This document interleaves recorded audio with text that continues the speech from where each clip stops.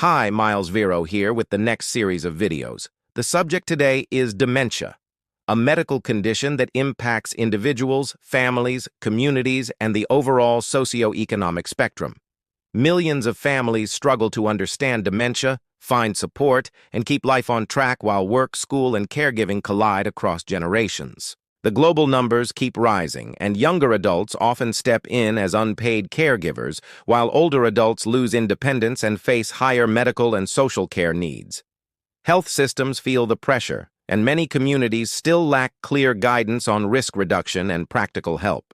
When you focus on proven risk reduction steps and local support options, you improve day-to-day function for older adults and reduce stress for younger caregivers.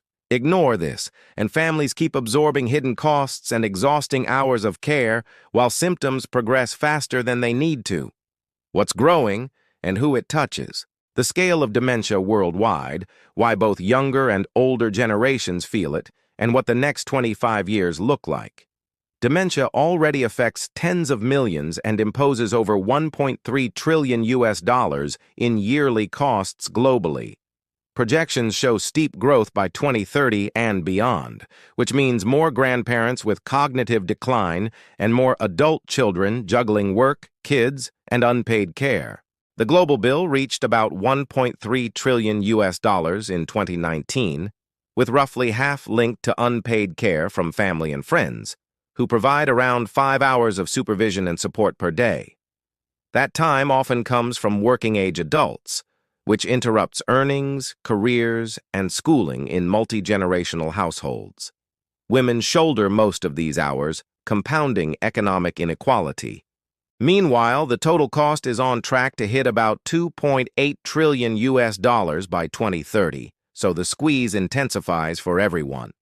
Young adults help with transportation, appointments, and finances, while older adults lose independence, safety, and social ties. Regional data also show dementia rising as a top cause of death, which heightens urgency for planning and support.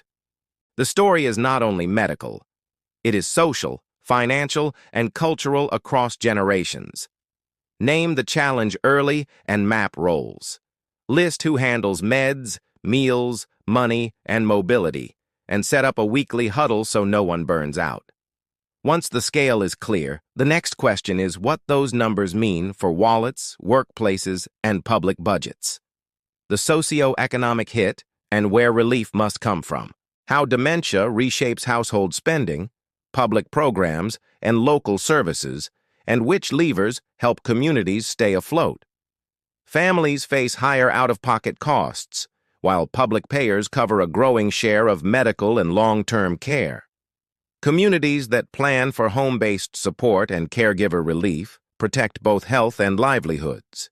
In the United States, annual payments for health care, long-term care, and hospice for people with dementia are projected to reach hundreds of billions, moving toward nearly $1 trillion by mid-century. That figure excludes the unpaid labor that families provide, which adds an enormous off-budget burden. Global analyses mirror this pattern, tying a large slice of total costs to social care and informal care. For employers, that means absenteeism, turnover, and lost productivity among caregivers. For cities, it means pressure on transport, housing, and emergency services. For health systems, it means more demand for geriatric expertise and community support that keep people safer at home. Relief comes from practical investments that return value fast. Caregiver training, respite programs, home safety upgrades, and coordinated primary care. Addressing stigma and awareness also helps people seek help sooner, which avoids expensive crises. Build a simple budget plan that includes respite hours, home modifications, and transport, then enroll eligible family members in benefits that offset those line items. The final piece is hopeful and specific. Steps that slow decline and extend independence in older communities. Opportunities to delay symptoms in older communities, proven levers to reduce risk and slow decline, and how to turn them into weekly routines for neighborhoods and senior groups. Research links about 14 modifiable factors across the life course to roughly half of dementia cases worldwide. Hearing treatment, blood pressure control, physical activity, and social connection lead the list for older adults. The 2024 Lancet Commission update highlights a set of modifiable risks that include hypertension, diabetes, obesity, smoking, inactivity, low education, depression, social isolation, air pollution, excessive alcohol, head injury, hearing loss, vision loss, and high cholesterol. Addressing several at once works best. For example, the Achieve randomized trial showed that a hearing-focused intervention slowed cognitive decline by 48% over 3 years in older adults at higher risk. Vision checks and treatment for common problems improve orientation and engagement. Blood pressure and lipid control protect the brain's small vessels. Movement routines deliver multiple wins at once: balance, strength, blood flow, and mood. Social and cognitive engagement reduce isolation and support memory. Some observers point out mixed findings on hearing aids in lower-risk groups, which underscores the value of targeting interventions where risk runs highest.